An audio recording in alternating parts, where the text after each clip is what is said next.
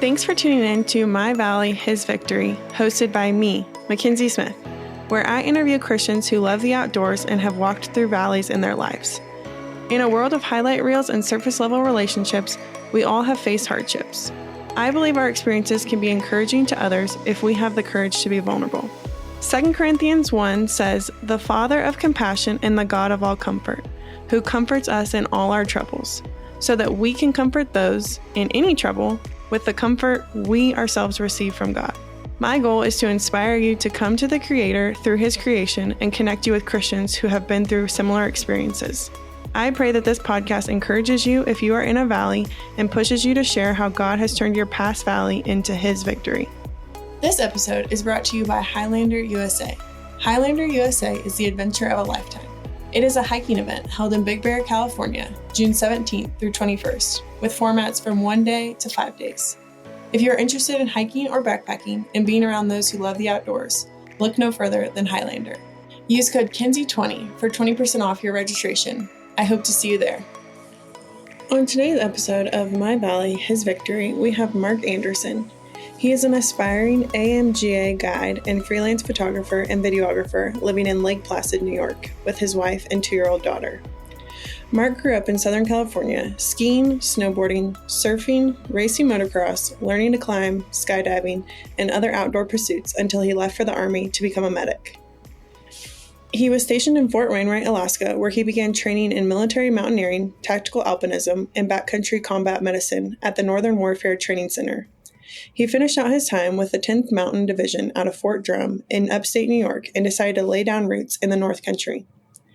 Since then, he graduated with a bachelor's degree in worship studies, hosted his own radio program called The Worship Corner, writes original music, and has continued to lead at his local church in Lake Placid. He gives all credit to where he is today because of the Lord's guiding hand through some very trying and difficult years.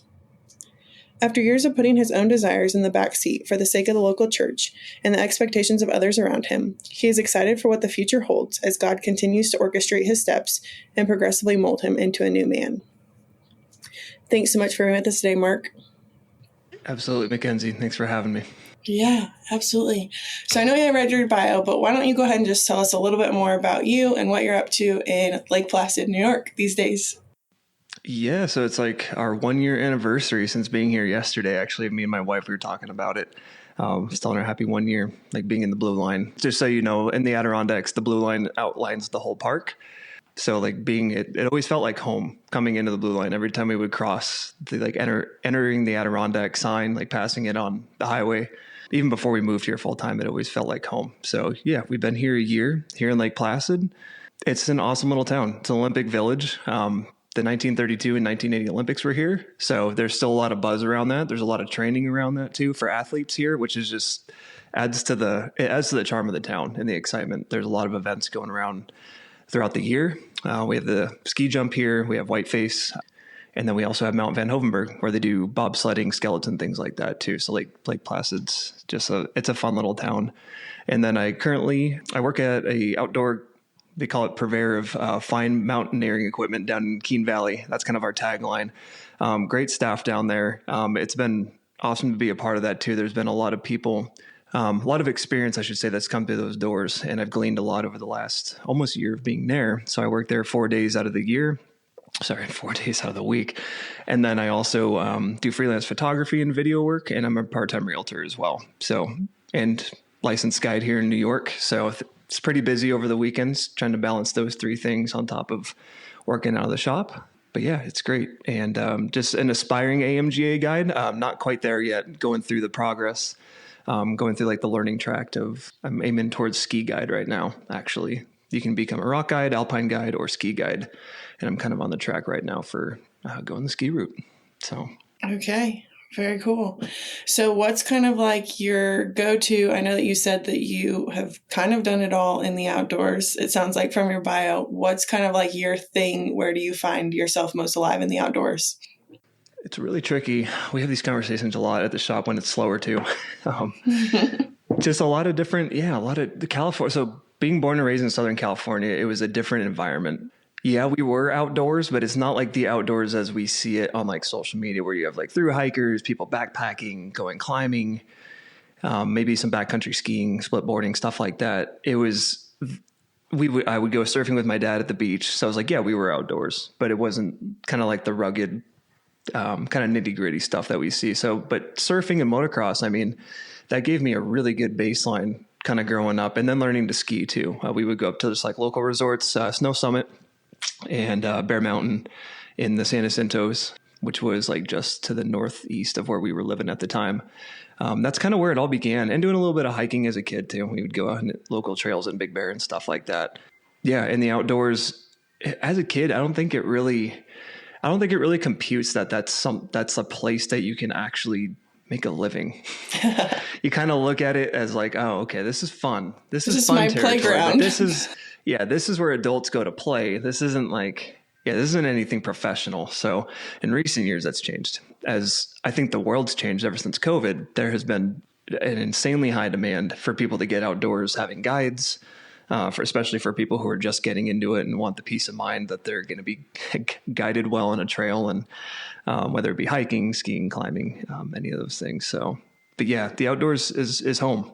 I love being inside a cozy home, but being outdoors, there's something liberating for the soul. And I think God intended it that way too. Yeah, definitely. I love that you said, it was outdoorsy, but it's a different kind of outdoorsy growing up in Southern California. And it's interesting. Like, I feel like there's people who absolutely just love the beach and love surfing and love that style of the outdoors. And it's funny to me that you went the opposite way. Like, that's what you grew up with, and then you didn't stick with, some of those things, and went to the other end of the outdoor spectrum. But all cool things, and good to have that experience. And it was probably fun growing up, and it was probably just what was accessible. But then you got into a different place, and you're like, hey, this is really cool. And I think it's really cool that you got to kind of learn, it sounds like from your bio, learn some of these skills being in the military. Absolutely. It's something that just in the recent year of moving here, trying to bring clarity to like my boss, people I work with, like, military folk have a lot to bring to the table, and I don't mean they should have a chip on their shoulder. And there's enough ego in the military. We don't need to bring ego to the table. But the one thing that I really have realized is, like, people just don't understand what we did. We lived outdoors for significant lengths of time. So when I came back from being in the field for 30 some days without a shower, well, I don't necessarily want to go back outside for substantial lengths of time. And we would call it mandatory. It's like mandatory fun with the Army. Like, yeah, we're living outside, but we're doing combat operations too, or training for combat roles. So it was just different, but I learned, especially being stationed in Alaska, up in Fort Wainwright, which is interior Alaska. Fort Wainwright sits like the edge of Fairbanks. It's when I first flew in there, I flew there from being on leave in California after I got trained as a medic, flew up, landed in January, about this time of year. It was like January 7th, if I remember. I got off the plane and it was negative 38. And I took that first breath, and it's so dry up there. There's no humidity in the air, and it just bites. And your whole body starts to react. I had never been in that cold of a climate before. I had been in like single digits, I think in like the California mountains.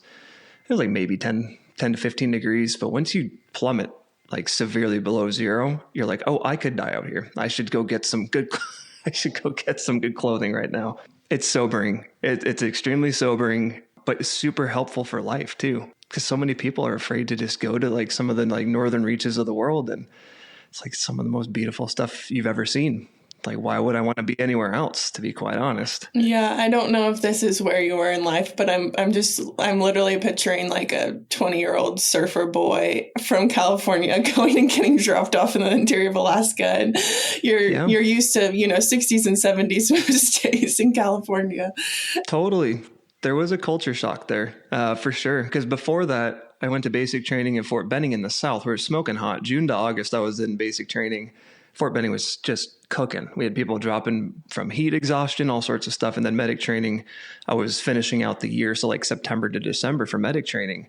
And the climate in Texas was still pretty hot too. Fort Sam Houston's around San Antonio. So then moving that shift, went on leave in California for like 10 days and then shot up all the way to the West Coast. It was like, whoa, it was a big, big change in the course of like 6 months, going from smoking hot to as cold as it could possibly get almost. Yeah. So And it Wow. was good. It was good for me. It was a stretching factor for sure.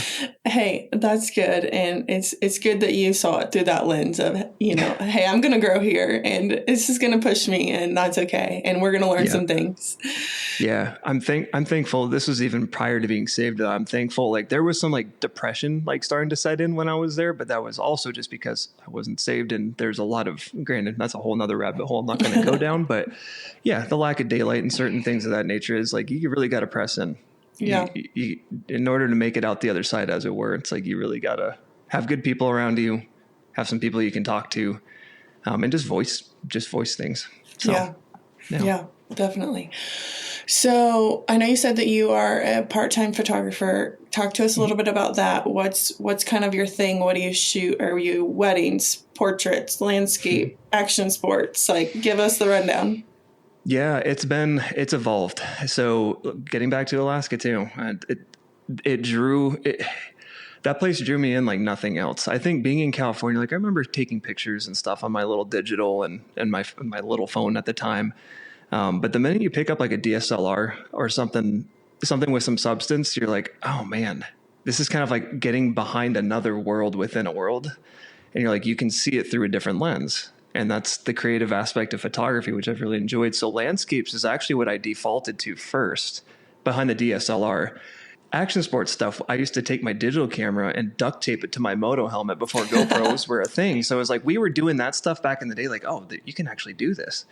So there was a little bit of that fun stuff. Like we would play around with stuff, but it wasn't anything serious. So I bought my first DSLR in Alaska and started shooting the aurora, shooting the mountains. I mean, the landscapes, you could spend days and days and days and days out there just collecting an insane amount of archives, and started taking it pretty seriously after about the second year of being there, and getting out on the weekends when we would either go like snowboarding or go for a hike or go climbing. I would just bring the camera with, and typically I would just kind of default to landscapes and I'd take pictures of friends and stuff. But yeah, I noticed pretty quick too, just having an eye for it. And REI started to notice some of my work and would reach out and ask to like feature it in like blogs and stuff like that. So that's kind of where I was super excited, because I was just going out to the field and they had just reached out and I was like, oh, okay, this is interesting. This is actually a path. This is potentially a pathway to do work in moving into the future. And obviously it's been 10 years since that. So yeah, just continue to shoot landscapes. I do action sports, do weddings as well. Not as often. I'll typically be a second shooter on weddings.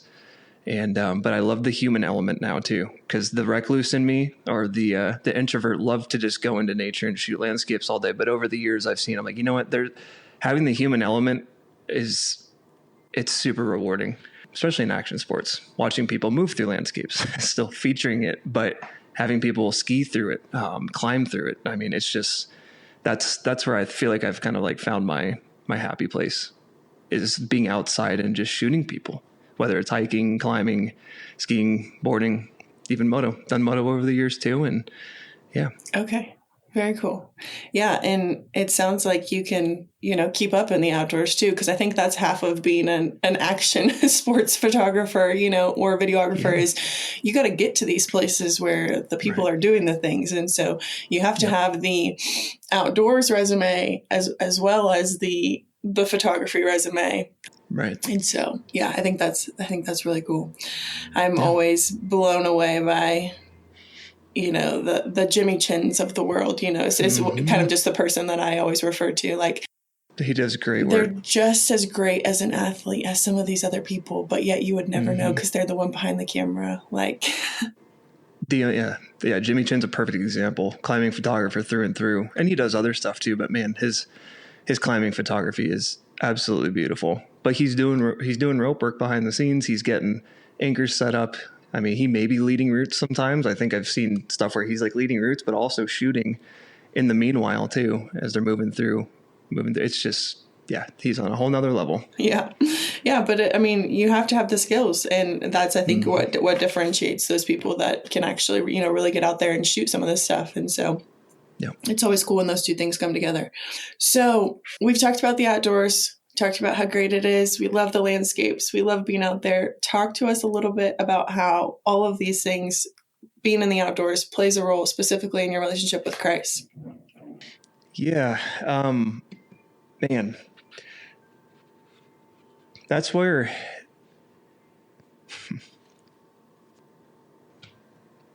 things changed for me. After getting saved, it was just, I was moving into a time of like full-time church ministry where just in the walls all the time. Like, and the expectation was to be at be at the church all the time. It was tricky. My father-in-law at the time was a senior pastor of the church just after I had gotten saved, and just the relational dynamic was tricky. We got along really well, but there were I noticed there were certain things in my life that were just getting like completely backseated and just like separated. And over the course of like 5 years, I mean, I didn't really get outside much at all. I was going to the gym, staying in shape, doing things like that because still needed to and wanted to.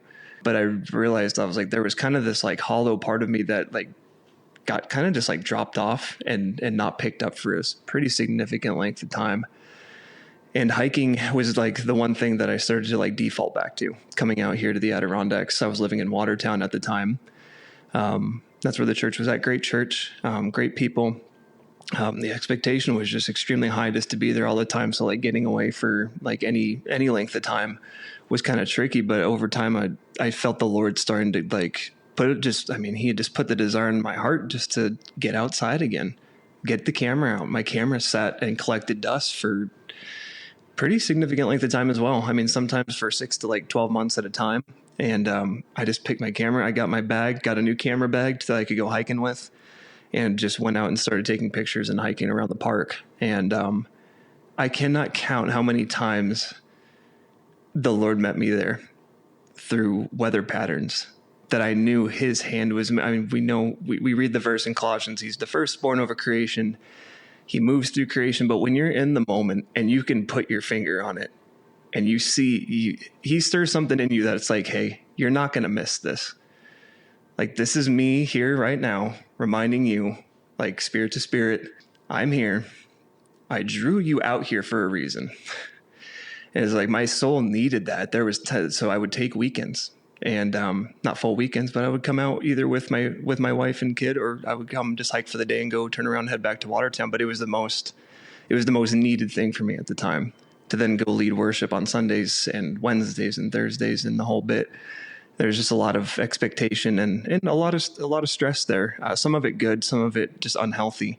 And the outdoors is just where I continued to meet him. And I would even hear people kind of like passively mock he's heading out. He's got to go climb another mountain, or he's going to go do this. And it's like, it finally got me to a point where I was like, I don't care enough what other people think of me in a healthy way. It's not that I don't love them, but Jesus did the same thing. I was just talking to James Appleton. He was just on your podcast the other day. We were sitting in the car and I shoot video and photo for him. And I was like, James, like, Jesus literally climbed mountains multiple times to go be with the Father. He saw it. He understood it. And he took time away from the masses instead of sitting and healing and ministering and teaching all the time. The dude got in the flesh, literally climbed a mountain. And he went in to seek the Father, granted. But at the same time, I'm like, he was in human flesh. So I'm sure he reaped the benefit, the same kind of benefits we do. So that's been the outdoors for me. I feel like I meet him there over and over and over again. And I feel the Spirit just continued to just reward me there. Yeah. I love that you brought up that, Jesus did it. And so it's like, how much more is that, a sign that we should do it? I think it's so important. And there's a part of our soul that, whatever it is, like, it doesn't have to be the outdoors. I think that's a good picture because Jesus did it. But like, I think it's the getting out, getting away, the rest, and away from all the stresses and all the things. And, for you, that's the mountains. For some people, that may just be, like going and sitting at a coffee shop and having their favorite beverage. I don't know. Right. Totally. But yeah, it's that intentionality. And it's like, Jesus did it, but think about Moses had to climb the same mountain like 8 times to meet with the... I was just thinking about that last, like, a week or two ago. I was like, man, that dude put it through the paces. Yeah. Like, yeah. And Lord was like, you're going to climb this one multiple times. You're going to get acquainted with every rock. Yeah.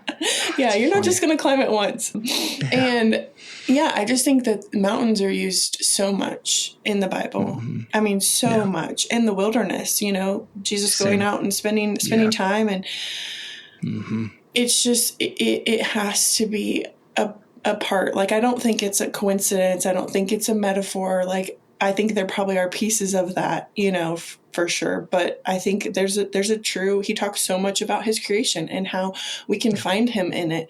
And yeah, I think it's so good. And that it was your rest place, and people were shaming you for it, but it's like, this is what I need. And I think this is like what people don't understand. It feels selfish, or it looks selfish. Hey, he's going out here and he's climbing mountains on the weekends. But in your mind, it's like, no, I have to do this in order to be able to show up. Yeah. This is what my soul needs. And it's not selfish. It's allowing me to do the work that God has asked me to do. Yeah. Because I'm going and I'm finding rest. And people are like, how can climbing a mountain be restful? For the people who find God and who, that's their space, it is. It's physically taxing, but it is mentally restful. It is. And there are times where it's less physically taxing too. I try to make those times too, where I'm like, hey, Mark, you don't need to be so objective based. You can go chill on a small summit. Let's go like Mount Joe here and looking over Heart Lake. It's a nice, like under 1,000 feet, a couple miles out. And it's one of the most beautiful spots to just go and just relax and just take it in and in those moments too, like for anyone who's listening, like I challenge you to like ask God to show up for you there too, because he'll do it. He did it for David. David wrote about it in the Psalms quite a bit. Yeah. So I would love for you to share a specific story about a way in which maybe God has revealed himself to you or spoken to you through the outdoors. Yeah, there's multiple ones, but one that was, man, it floored me. Like, it was just me and my buddy Matt. This is before we had moved out here to the park. I was going through just doing a little hiking challenge. This is the Saranac 6. And this is like 6 little peaks around Saranac Lake, just down the road from Lake Placid. And there's a fire tower, mountain with a fire tower on it called St. Regis Mountain. And we had spent the previous night, both of our families together in a little Airbnb. We were getting out of town for the weekend, same kind of deal. And we just started the hike early that morning, got to the trailhead early, nice and dark, got to the top of the summit after the hike. Not super challenging, but it was like socked in with fog. And we had both brought our cameras. He does photography as well. And we just kind of looked at each other like, okay, it might be time to head down. We were hanging out for about 20, 30 minutes.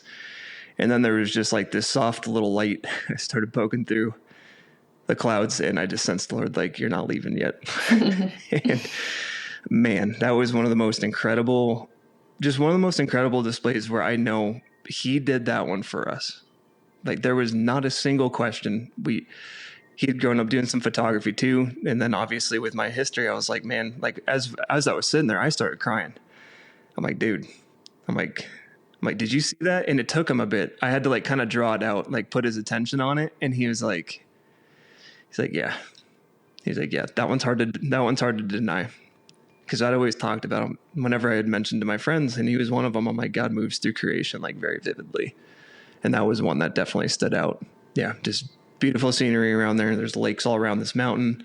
You can climb up in a fire tower and just get these views that just go on for like, on a clear day, which we had after the clouds had burnt off, it was like 100 miles. And it was just that beautiful light for like an hour. And we were just clicking away, filling our SD card within like 45 minutes. Yeah, it was incredible.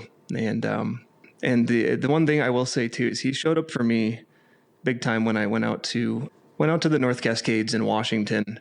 Getting used to multi-pitch climbing for me is something that's really drawn me out of my comfort zone. Just being on exposed rock, like on an 800-foot cliff. Like, granted, yeah, you're roped in, you have anchor set and stuff like that. But it was pretty mentally taxing for me that day. And I just prayed like that night in the tent before. I was like, I know there's gonna be like a 12-pitch climb. We're ascending. I don't know. Like, I think for the day it was close to 4,000 feet. And I just remember getting back to my tent that night, and I was like, you met me there again. Like, just giving me the strength to do a climb that honestly, the night before I was like, I don't think I'm going to be able to do this. I'm probably gonna have to bail. And I was just like, Lord, it's like, you can help me through this. You've brought me through a lot worse, but it stretches me too. He meets me there in the mountains. He's kind of like right there, just guiding me, giving me the strength. So he's in the details. Yeah. Yeah. Thank you so much for sharing that. And I love the story of the fire lookout, because I think so often we have an agenda, and hey, we'll go up there, we'll look for a little while, and we'll come back down. Mm-hmm. But I think it's the being able to slow down, let go of your schedule, and it's like you guys were about to leave, and then you ended up staying for another hour plus or whatever it was. It's like, just be patient. Like, just sit in the moment sometimes, and just, wait. Because I think so often we just like, oh, that wasn't what I wanted, I'm going to turn around and go back, or whatever. Right. And so sometimes it's just being patient and waiting and being open to a different experience or a different timeline, you know? Yep. It's good for us. And so I think patience is a key in that story. And and then in the second story, just asking God for strength. Like, I think for me specifically, like, I often feel silly in those moments, like asking God, like, hey, can you give me the strength to like do this hike? And it's like, he has you out there for a reason. And he wants you to rely on him. And I have to remind myself of that all the time. Like, I'm not supposed to be able to do things in my own strength. And I need to have that reliance on God. And so even though it seems silly, like for me, I know I feel silly. I'm like, God, give me the strength to like continue on this hike. It's like, I feel silly, but I know that it's good. Yeah. So. Yeah, absolutely. 100% agree. So it seems like selfish sometimes, like, God help me, I want to see this view, but it's like, no, like he pushes us to things that we're going to need his strength for. And so it's just recognizing that and turning to that instead of just like, I got this, I'm macho and I can do this. Yep. I don't need nobody. I have my quads. What do you mean? I don't need God. Yeah.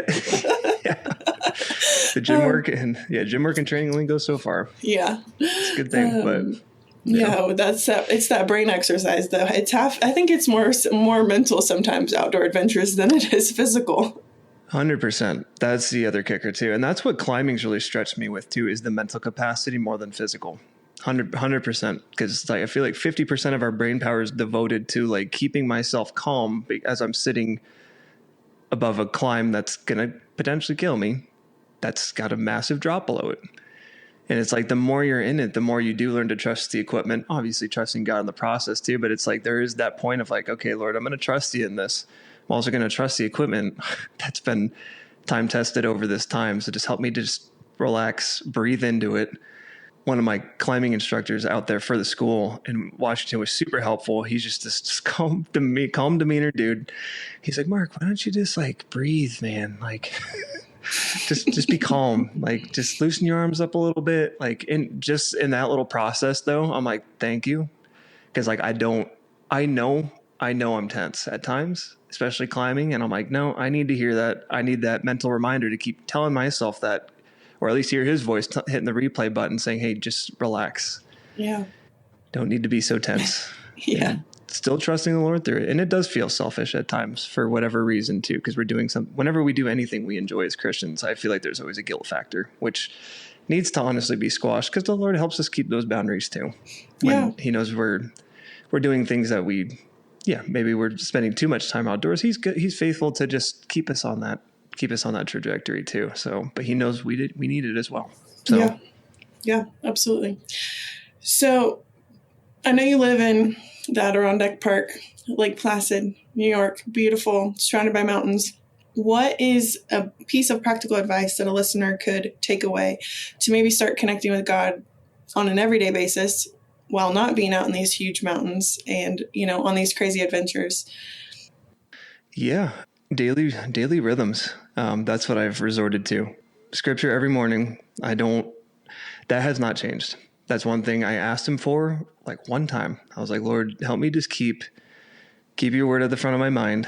Because I know me, there are times where I want to get the day going, but it's some of the most settling times in the morning, just to wake up, make coffee, grab the Bible, read a chapter or two, depending on whatever reading plan I'm doing, and just connecting with him there first and in prayer in tandem.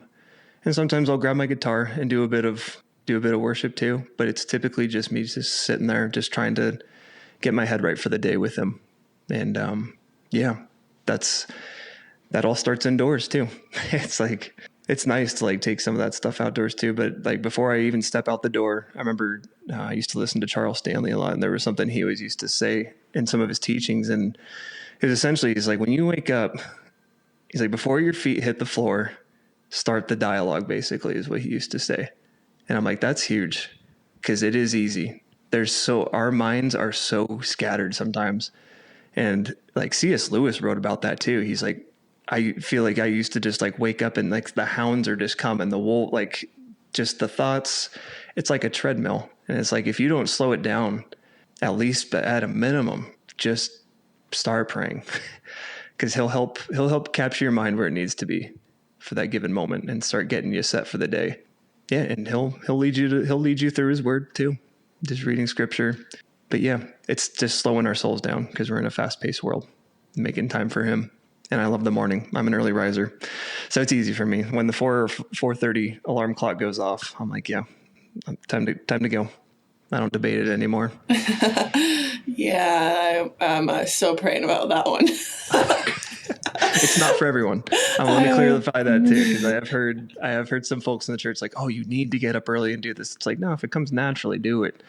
If you're a night owl, sure, then maybe schedule a 30-minute time frame or whatever time frame works, like for that given day to get with the Lord. But do something. That's why I say rhythms, and like just these rhythms that we put in place. And it's like, I think that's what he's had intention for us all along too, is just healthy rhythms of life. We have work, we have recreation, we have family time, we have like home chores. Like there's more than enough to fill our plate. And it's like, we do have to kind of not schedule ourselves to a T, be flexible, but at least just make a point at the beginning of the day to say, hey, these are the rhythms that I've put in place and God's like allowed me to do throughout the years. And I've just seen him be faithful in that too. It's like, he'll carve that time out for you. He wants us to be with him. Yeah. There's nothing he enjoys more. Yeah, I definitely have the morning, like it's what I try to do when I wake up, but it's like you said, you wake up at 4:30, like there's not a chance. If I don't have to be up at 4:30 in the morning, like if it's not like, right, I have to do something at 8, which means I have to wake up, or, I have to do something at 6, which means I'd have to wake up at 5 to like, sure. If that's not the case, like, there's not a chance I'm waking up at 4:30. Right. I'm still trying to make it my first priority, but it's funny because my husband's like, you need to pray to be a morning person, because I am like not a morning person. Like I'm like, until I've had a cup of coffee, like don't talk to me. Yeah, don't talk. Yeah. I need my quiet time. I think I'm just a slow waker up, or is not the right word, but like it just takes my body a while to get going. Sure. And my mind is not like, because he wakes up and he's like chipper and happy and he's ready to have a conversation. I'm like, my eyes are awake, but my my body is not, you know what I mean? Yeah. So that's funny. Yeah, I can do it if I have to, but if I don't have to, there's not a good chance that I'm getting up. I like my sleep. Yes, there are days where I need it too. I know when I'm running. Yeah, but sleeping in for you is probably like 7 o'clock. It is. I love being up before the sun too. Over the years, it's just been, the Army helped with that too. I mean, that was like required. But even after I got out, I was like, man, I actually really do enjoy being up before the sun.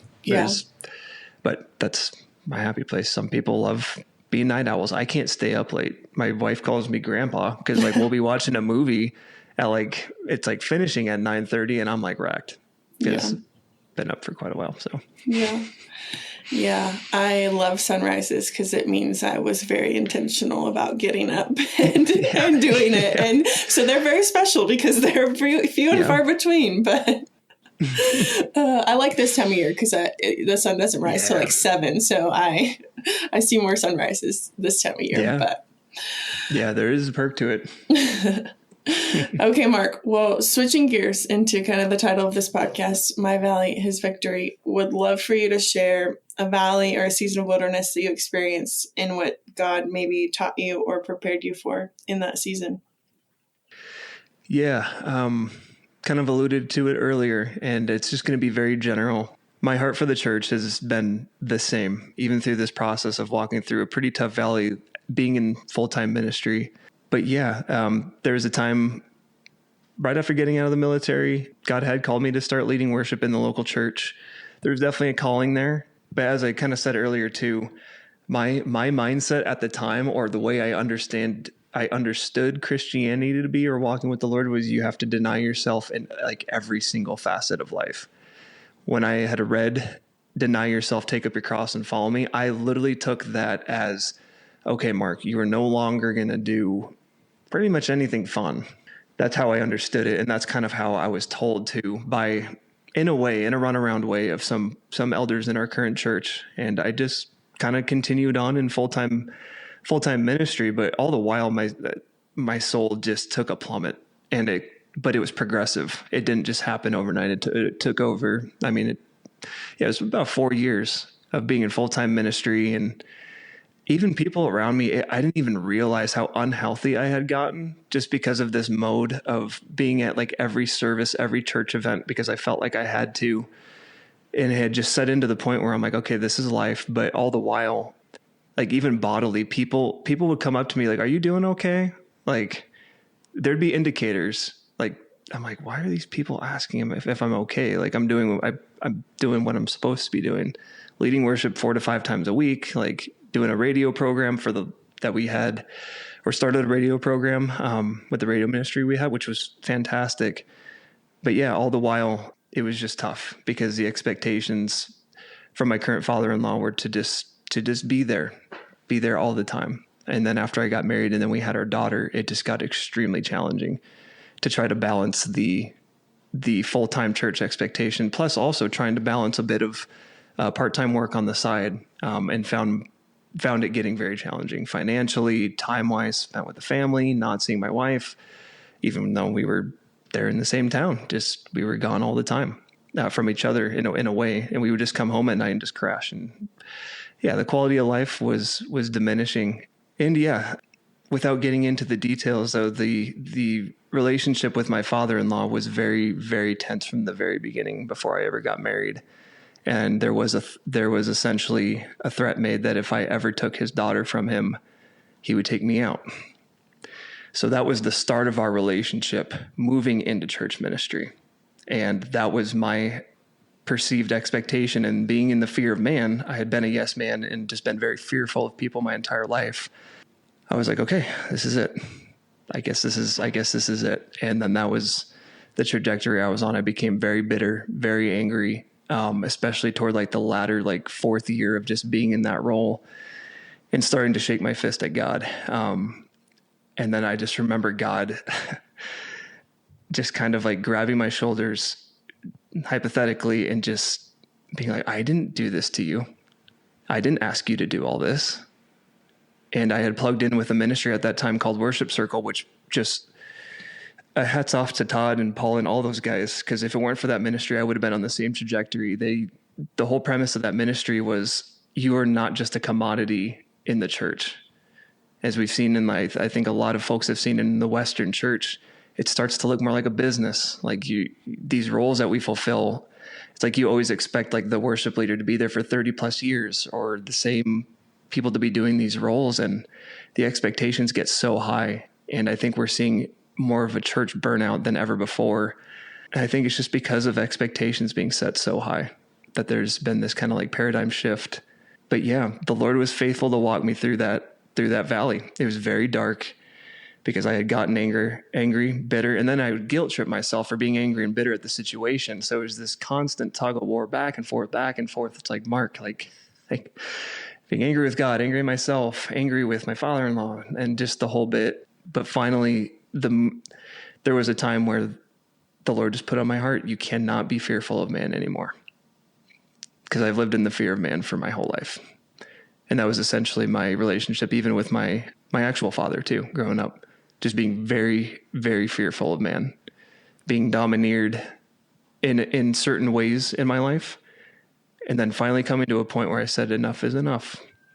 And the Lord was faithful to just give me give me a clean heart through that process, which I'm super thankful for, because I could see how ugly I was getting in the process too, how bitterness just, once it takes root over the course of years, my God, I remember having a discussion with Paul, who was my mentor through Worship Circle, and just telling him, I was like, this root of bitterness has been here for so long. I'm like continually giving it back to the Lord, but because it's been so many years, it feels like you're uprooting something that won't end, and you feel like there's no end in sight. So in Hebrews, I believe it's where it's mentioned, if you have a root of bitterness, basically get it out, give it to the Lord, start that process of healing. And granted, that was his will from the beginning for me to get over it. But at the same time, it just took a long time because there was so many years of history and me just saying yes to things that I shouldn't have for lack of knowledge too, in a way.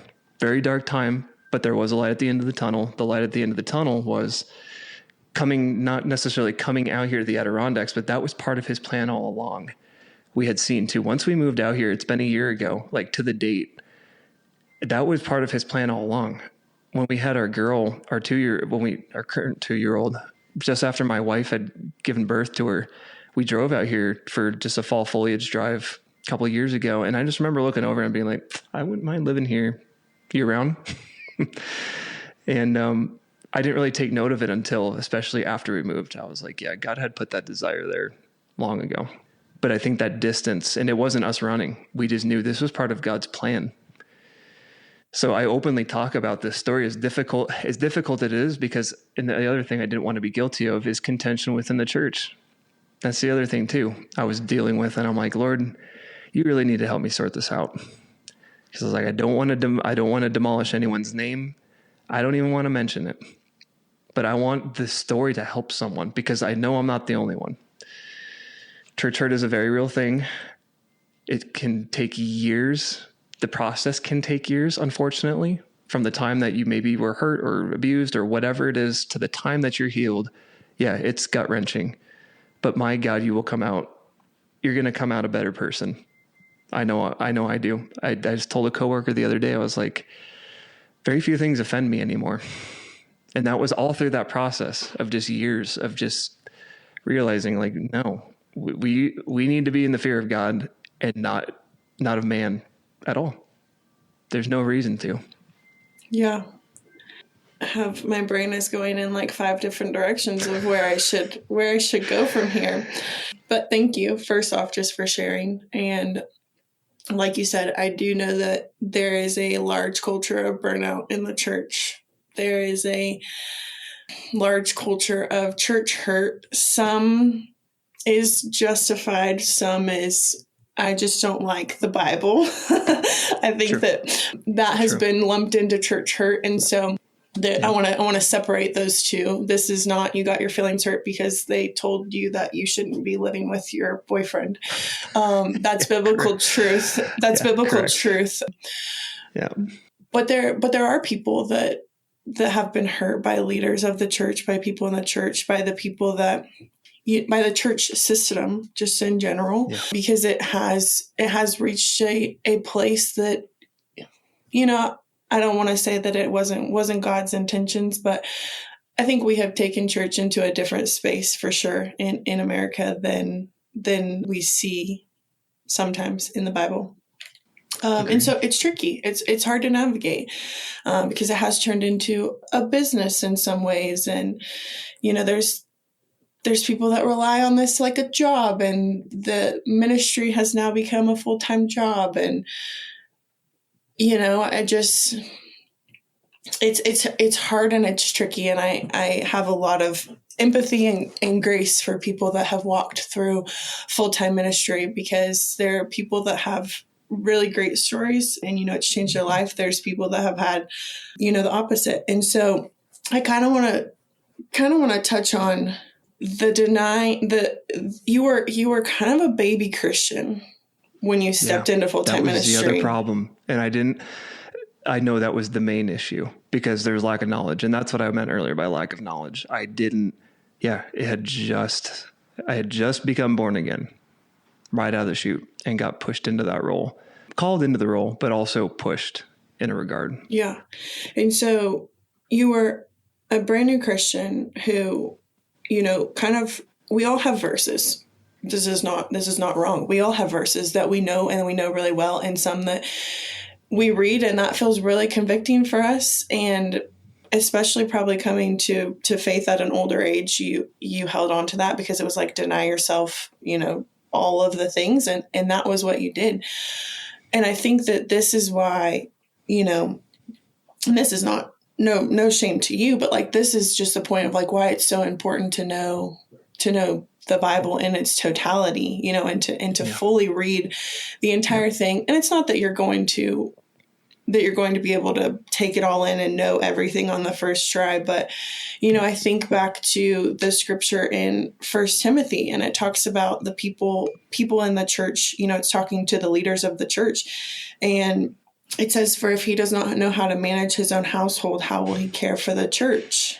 Mm-hmm. And it's like, to me, that is showing me that your family, you know, should be the priority, and that you should steward that well first for a picture of how you're going to, you know, be a leader in the church. And so I think it's just tricky. I think it's so tricky these days because we read the verses like, you know, I just read in Matthew this morning, you know, the kingdom of heaven is like a treasure you find in a field, and you will sell everything that you have to go and get that treasure. And so it can be so tricky, but I think we have to go back to, am I doing this because I love God and I love his people and I want to encourage others, and I have a heart of worship and I have a heart of, you know, teaching, versus, you know, I absolutely have to do this every day because it's my job. And that's not to say to go based on your feelings and that your worship and things to God should be based on your feelings. I say all of this and there's so many asterisks, but, you know, like, I don't even know. It's just so hard. It is. And I think part of the solace that I get is just knowing that, I mean, when he says he's a shepherd, he's going to keep you on the right path, meaning your vocation may change. Your calling's irrevocable. We know that much. Paul even wrote about that. That verse was very helpful too. I think it's Romans 11:29, if I remember right. God's callings are irrevocable, essentially. So the fact, like, when I moved out here, I didn't want to jump back into worship leading. And he gave me a time to reset, which I prayed for. And he gave me about like 7 months. And I remember it was like right around that 7-month mark, the desire did start to come back, and it wasn't forced. But I told my wife, I was like, I need some time. And she needed time as well too. She was a champ through all this too. Because that previous story isn't just a woe is me type thing. It happened, but my wife went through the ringer as well. So she was incredible through all of it, super encouraging, all the while pregnant with our first kid. But yeah, all that to say, it is tricky. It is tricky to kind of figure out some of these metaphors that Jesus does use at times, and some of them are direct. You could tell in the language, in the context of the passage, it's like, okay, Lord, no, you're being a little more direct there. You're being a little bit more, you're just being direct, straight to the point. Well, and I think there's something that I think has gotten a little lost, and I even have a hard time like navigating this, but the Great Commission verse being a leader of a church, because I think that we all have the call to the Great Commission, right? We all have 100%. That. Yeah. But I think that we live in a society now where, okay, well, if that's our life calling, then we need to figure out a way to make it our job. Yep. And so I think that there's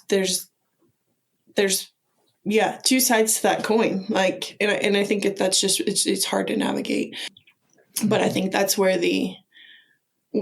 I think a lot of this problem, you know, I say problem, church problem, you know, that we have in America comes from.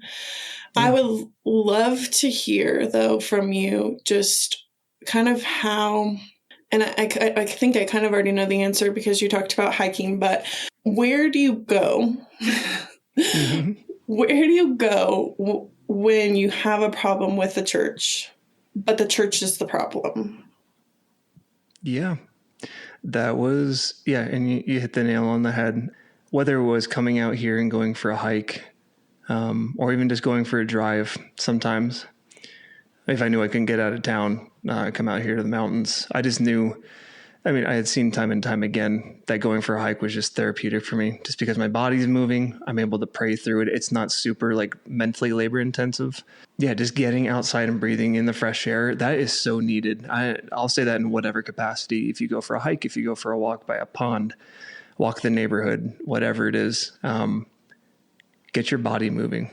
Get outside, get the fresh air in your body, because it changes things. When you're inside for hours at a time, if you're in the church walls for hours, let's say you're on a media team and you're just under fluorescent bulbs and looking at screens all day, it's like, yeah, whoa, like it starts to tax you big time. And it's like your body for long, significant lengths of time, it's just not healthy. It's been proven time and time again too. It's like, if you don't get natural light, if you don't get oxygen, like true fresh air, yeah, your body just starts to feel it. So yeah, if it's not hiking, if you're in like a metropolitan type area or an urban environment, there's going to be some nature trails around there. Guarantee it. Thank God for nature conservancy. That's all I have to say. Cause over the years too, I used to like kind of scowl at it. And I'm like, oh yeah, they're tree huggers, this and that. I'm like, no, I've got to know them. I've not gotten to know them fairly well. Some of them do take it to the nth degree. There is times where it can be taken a bit out of the parameters, I think. But man, go to a nature trail, go for a walk, and just pray. Yeah. Do. Yeah. That's good. Okay. One last question before we leave the piece of advice for someone going through a similar season. I would love to just kind of hear from your perspective how you've reconciled your view of church and being able to step back into leading worship. Yeah. So my view of church has changed in the sense of I still lead, but man, I have a desire to take worship outside of the four walls right now, like never before, to get like PA systems set up outside, getting outside of the buildings. That's been a desire he's been stirring in me for years. And I don't know how it's all going to work out, but he won't take his finger off that either, because I think there's a connection there. When I read Psalm 148 for the first time, I was talking to my wife and I'm like, could you imagine the difference between reading Psalm 148 outside versus inside? Praise him from the heavens, praise him from the earth, his hands moving through the snow, like creating all this stuff. And it's like, man, for non-believers too, like to show up and see something like that, seeing the church praising the Creator in the outdoors in some of these areas. I mean, for me, there's nothing better. Being inside the wall, sometimes it's needed, but I think it's like the church used to move in the book of Acts. We were very mobile. Our church ancestors were very mobile. Paul was on the road all the time. And it's like, yeah, he was inside quite a bit too, but it's like, I think the early church was just so vibrant and so willing at like any point to just wherever they were, if they were an outdoor amphitheater, if they were in a building like in Greece or whatever. It's just, I think there's something to that though. That he's just given me a desire for over the years. But as I step back in and just kind of look at the time that I had in full-time ministry, I'm like, Lord, help me take away the pros and the good things and the people, mainly the fellowship that I had with the believers in that previous church, and don't let me lose touch with them either. And help me take those lessons forward to help myself, but more importantly, help other people if those conversations come and those relationships come, that I can kind of help just bring comfort to other people. Yeah. If I can. Yeah. If that answers your question. Yeah, absolutely. I think that's good. Even though seasons may be hard and challenging, hence I say bad, there can also be good. And it's sometimes just important to focus on the good that came out of it and move past the bad. Yep. And I think that's really helpful, because then you can start to see, because I think we get in this mindset of it was a wasted season, or, all of it was just bad if you don't take the time to look on the good. And it's like, nothing's wasted. Like No. something was happening there. Right. So yeah, Mark, would just love for you to leave the listeners with a word of advice or a piece of encouragement if they find themselves in a similar season of being in full-time ministry and, just really having a hard time. Maybe the demand seems too high. Maybe there are physical or emotional abuse things happening in the church. Like, yeah, just what you can kind of go with it wherever you want. But what piece of advice or word of encouragement would you give to that person? I would say, number one, reach out to someone that you're comfortable with to talk about it first, because there's something that happens when we don't keep things bottled up. If you have someone in your circle, whether it's your family, someone you may have a small group with that you're close with, whoever the Lord leads you to talk to about it, just confide in them. And also, if you're trying to do it in a tactful way without, if you feel like you are gossiping or whatever, just tell your friend, like, hey, can I tell you this in confidence? But at least have someone that you can air it out with.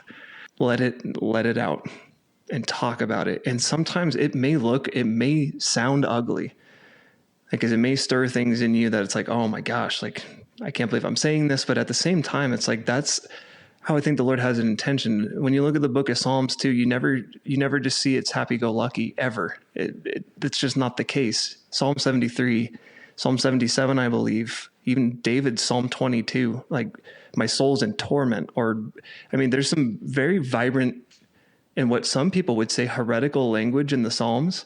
Read it through. If you have not read the book of Psalms yet and you're going through a tough time, I'm sure you've opened it, but maybe, go hit Psalm 73, Psalm 22, some of these passages, and really look at the language that's used. These psalmists are airing themselves out before God because they have to. If you keep it bottled, I kept it bottled for so long, my body started to seize. I used to get pains in my gut that were just incredibly painful, and it would floor me for the whole day because I felt like I couldn't tell anyone. But in the process of and that's when I plugged in with the ministry worship circle that I alluded to earlier, where it was a 100% safe space that God brought me to. And I remember when we were going around in the group, introducing ourselves, I broke because I was at that point of getting ready to walk away from worship ministry. And Paul Baloche was my mentor at the time. And I just remember seeing him lean in physically, spiritually, and it was all through Zoom at the time, but between him and the rest of the guys in my small group, my God, it saved me in a way. It saved me from completely just wrecking everything that God had put in place. But I had to just air it out and talk to them. And that was the beginning of the healing over the course of a year or more. Talking it through, being honest, not hiding the things that you're feeling, and letting God work it out from there. Yeah. I appreciate that. And we've said it before, we'll say it again. Your community is important, and you have to have a good, solid, godly community. And sometimes, maybe that's separate from your church, and there's nothing wrong with that. It's always good to have different people in different seasons of life and different circles and all of the things. So I appreciate you so much for sharing just all that you have, Mark. I know that this is it's an interesting topic to share. And I know you said you were going to be vague because there's some things that hit close to home, and we don't want this to be, gossipy or. And I hope it hasn't come across like that too. To anyone listening, my prayer going into this, and I was talking to Mackenzie on the pre-call before we were even getting on this, and talking to my wife, and my wife immediately said, why would you not tell the story? I'm like, yeah, you're right. Because I'm hoping that there is someone that's hearing this, that it's going to help. This isn't me dissing the church. This is not me, but this is also just acknowledging when things are bad, acknowledge that they're bad. Yep. And just also don't try to cover you don't always have to try to cover for other people. I will say that too. You can love them without trying to cover for them all the time. Yeah. So I just appreciate it because I know that this was I don't know if I should share. I don't know how much I should share. I don't know, and so I just appreciate it because I know that, like I said, I've known many people in full-time ministry. And like I said, it's a season of this decade seems like the season of burnout and kind of the rise and fall of some churches. And we need our churches to be strong. And that's my heart behind, I know 100%. you even asked, like, can we talk about this? And I was like, if it encourages the church to be better, absolutely, because we need our churches to be strong and we need to get away from this season of church hurt and people not talking about it and people walking away from the church and things like this, like wrecking people's faith. It's like, and I'm not going to be the solution to that, but it helps to talk about it. And not ignore it. It does. You're part of the solution, though. That's I say it every time. Anytime this gets talked about, it's all going to help someone. It really will. So, Mark, for someone listening who maybe wants to connect with you, follow along with all of your adventures and your photography, where can they find you on the interweb these days? On the webs, yeah. So do have a website, just www.markandersoncaptures.com. I get some portfolio work on there. Used to have galleries, but Instagram is pretty much my gallery now. And also, Mark Anderson Captures on Instagram and Facebook. But yeah, that's pretty much it. Those are and then I do have a YouTube as well. It's just Mark Anderson. Do a little bit of work on there as well for some video media. Cool. Well, y'all go follow along, go check out his pictures and videos and all of the things. And again, just thank you so much for being here and for sharing your story. Yeah, absolutely, Mackenzie. Thanks for having me. Thanks so much for listening to this week's episode of My Valley, His Victory. If you or someone you know are interested in being on this podcast, please email myvalleyhisvictory@gmail.com.